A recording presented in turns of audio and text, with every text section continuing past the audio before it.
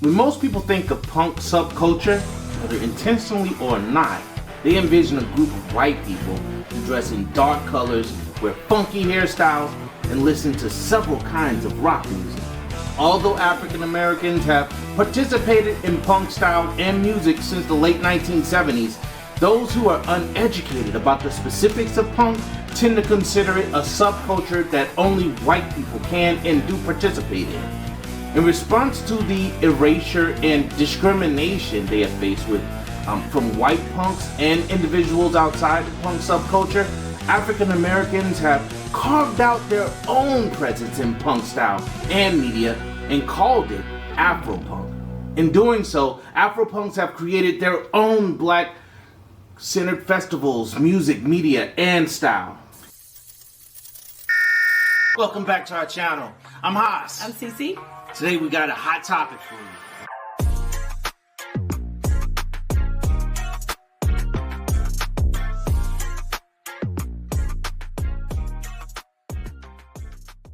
Now, you can't talk about black punk subculture without first understanding punk culture. Yeah. So during the early 1970s, within the world of rock's grimy underbelly, rose a chaotic sound that was comprised of fast-paced guitars, drums with very loud singing, and in a lot of cases, screaming. Yeah.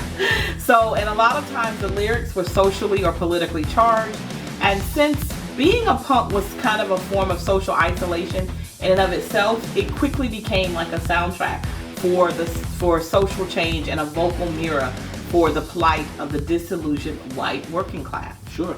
However, Afropunk finds its roots in Philadelphia, PA, during the mid-70s when the formation of the punk band Pure Hell.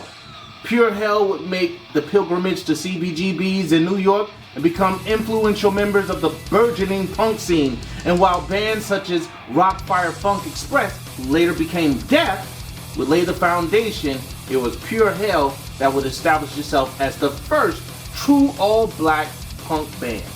As punk continued to become a major force and an established subgenre in rock, African American bands such as Pure Hell, Bad Brains, and Polystyrene of the X-Ray Specs would lead the charge for other black punk rockers. I know you had a brief stint in the punk scene. Are you familiar with any of these bands? Well, and I only laugh because I say brief stint as in Cyndi Lauper, but you know this. No, I was in the actual hardcore punk scene for a brief moment in my life.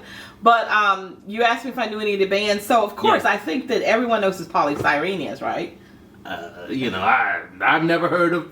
I had not heard of Polystyrene until you introduced her, and then you made me watch that documentary about her, and then you bought this gigantic, enormous coffee table book, obnoxiously big, hardback, Well, I love my book. So. Well, you know what's funny is it's probably a collector's piece, honestly, to tell the truth of the matter. I mean, it definitely, her daughter, did this book, so it definitely is definitely something that is just a beautiful,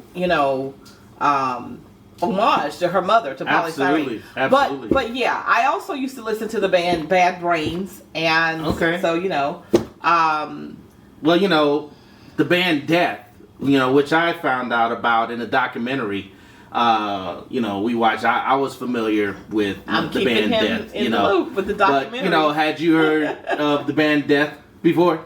Yeah, I used to listen to them back in the day, but like I say, I kind of moved away. I moved abroad while I was in college. Right. And while I was abroad, we didn't way back in 1992, we didn't have the internet, so. I kind of fell out of being able to listen to the bands because you didn't really have access to the music there, unless I had brought tapes, which I did have a few tapes, but I don't know what happened to them at that time. I got you. So, yeah. I got you. Yeah. Well, I wasn't really listening to a lot of punk music back then. However, to my surprise, one of my fave bands was Fishbone. Yeah. Yeah, but you had no idea they were considered punk, right? Had no idea they were considered punk. I thought that they were, a ska band. And actually, I didn't really know what ska was back then either. I kind of just liked the music. You know, I liked their fashion, had the funky hairstyles. You know, they just seemed liberated. You know, and I liked it. I liked it a lot. And I used to try to get, you know, everybody to listen to it. You know, they were one of my top bands that I used to listen to. And of course, I was a hip hop guy. But when I could switch it up, and I often did, because I was a trendsetter, so I often switched it up on them.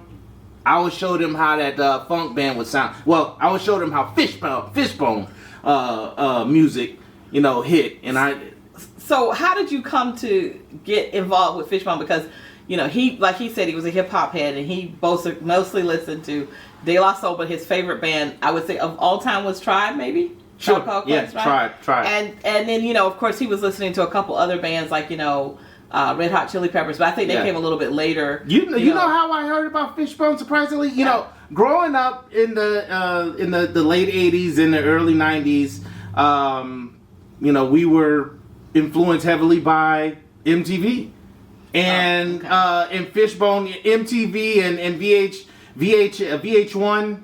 They played Fishbone? Fishbone came on there. Wow. Everyday sunshine, every day. Okay, so that wasn't like one of their Everyday sunshine. That was like one of their moderately punk songs. It wasn't, you know. It's kind of rockish. Yeah, that was and it had a bit of soul background to it, you know, so it kind of made it feel like a progenitor to the neo soul flavor, but it was just a little bit faster. Maybe. I mean, you know. But, you know, that's interesting. Getting back to the punk rockers. Okay, we got it. Okay, so back to Death. So Death, yeah.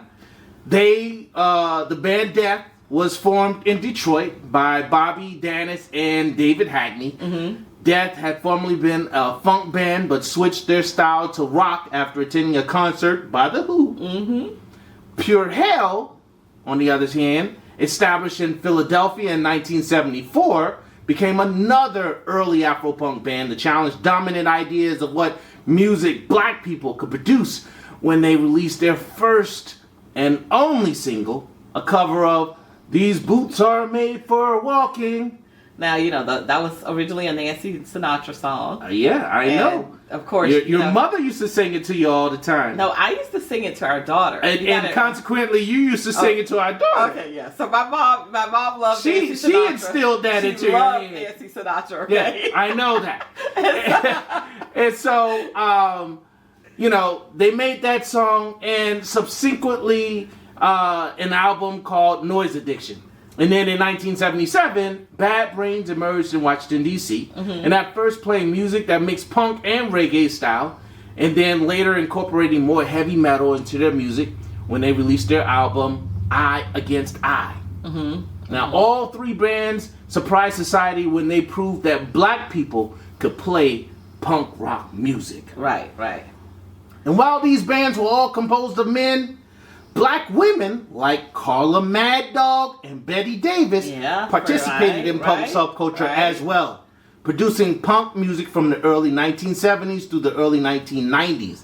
Betty Davis released her first album named after herself in 1973. And while her music was never explicitly labeled punk, it contained a mix of funk and rock. Many of her songs celebrated her sexual liberation and uniqueness, as demonstrated in her song, They Say I'm Different. Yep. And in 1982, Mad Dog started her own band in the UK called Jimmy the Hoover, in which their single, Tantalized, made it to the number 18 spot on the British music charts. Not bad. Not bad at all. So now, hold on just for a second. Now, Jimmy the Hoover was not necessarily a punk rock band. Okay. However, Mad Dog later joined several explicit bands in the 1990s, you know, when she moved back to the United States. And she started playing with Lethal Weapon, Leaving Train, Skull Control. And I think during that time, that's when Skull Control produced Radio Danger. So, both Betty Davis and Mad Dog challenged societal notions of the kind of music black women could produce and the lyrical content that should be presented in women's music. Right. Now, while Afro-punk subculturalists are similar to punks in their stylistic representation of themselves, Afro-punks have a very unique race and gendered experience that contributes to the way in which they interact and maneuver within the world, especially within the punk world. Sure. Now, Afro-punk music, zines, festivals demonstrate ways in which Afro-punks have worked to provide a space for Black people to be able to celebrate themselves and to talk about their experiences within these various forms of oppression in a very meaningful way. It is important that Afro-punks have the ability to do so because their presence in punk subculture has often been erased, ignored, and of course criticized. Yeah. So David Ensminger explains in his article on Afro-punk history that a reclamation of punk history has the potential to become a way to unmask, understand, and destabilize the wall of ambivalence and racism that exists within the punk subculture. It is because of this racism and attempt at erasure African Americans have experienced within punk subculture, as well as other rock spaces, that led the Black punk culture to seek out a vehicle by which to celebrate its eccentric vibe and raw energy. Yep. The Afro-Punk festivals, developed by James Spooner and Matthew Morgan in 2005, was created as a way for Black punks to reclaim their punk history and to be front and center to all things in punk culture. Okay. The Afropunk Festival was an offshoot of the documentary filmed by Spooner in 2003, and it was called Afropunk. The documentary was centered on African Americans who felt like they were kind of out of place, you know, or invisible within the subculture of punk. And the documentary actually garnered so much attention that Spooner ended up starting like a message board on his website that kind of depicted Black punk culture. And over time, this kind of led to the formation of networks and establishing relationships, which naturally meant that people wanted to get together. So they ended up wanting to create these gatherings or picnics. And from there, we ended up having a tradition of Afro-punk festivals. And the website is now an homage to Afro-punks that includes magazines, videos, music, art, political writings that have all been created by Afro-punks all across the country. Sure. The first Afro-Punk Festival was held in 2005 in Brooklyn, New York. Currently, Afro-Punk festivals are held in Brooklyn, New York, Atlanta, Georgia, Paris, France, London, United Kingdom, Dakar, Senegal, Johannesburg, South Africa, and Salvador, Brazil. Right. These festivals celebrate Black culture, art, activism, and punk culture, and aims to connect the African diaspora through music, food, fashion, film, and storytelling. Yeah. And at these festivals, it's common to see Afro-punks with various forms of face painting. Now, in some instances, this face painting is cosmetic because, you know, being punk is all about the piercings and the tattoos and having that ownership of your body. But in other avenues, it's just simply a creative expression. But you also might notice that there are a lot of times there's like white markings or dots that's on the face of festival attendees. And these are done to kind of resemble African tribal paint and scarification as a way to connect to the African ancestry, as well as a way to remember those who have endured throughout the African diaspora. Many Afro-Punk festival goers forego the darker, grungier clothing often associated with punk in favor of wearing brighter, colorful clothing, often with tribal prints on them. And moreover, both contemporary Afro-punks and Afro-punks of the past have made an effort to stick to hairstyles typically associated with their race by wearing dreadlocks and keeping their afro rather than straightening their hair, so to say. While these styles are still present today, it is not uncommon to see a mixture of different styles represented at contemporary Afro-punk festivals in which a larger variety of music is played, you know? And I just wanted to say that it's that we have to realize that being Black is not a monolithic experience. So, and as Spooner also says, that any experience as a Black person is a valid Black experience. Absolutely. And so it's good that we have these festivals and things of the sort to be able to express yourselves and to be able to feel like you are accepted, because a lot of times I think within the Black punk subculture, in addition to like the racism, there was a lot of criticism, you know, just within the Black community about not understanding, you know, who the Black punks were. And I think that this is a great outshoot to be able to embrace that and to be able to have ownership of your own unique experiences and identity in this world. Absolutely.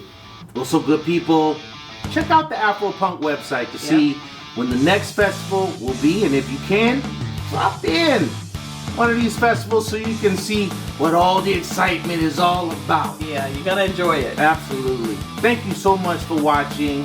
Please like, subscribe, put a comment below, and most importantly, hit that notification bell so you can be informed when our next video is uploaded. And until next time, my good people, Nanu Nanu.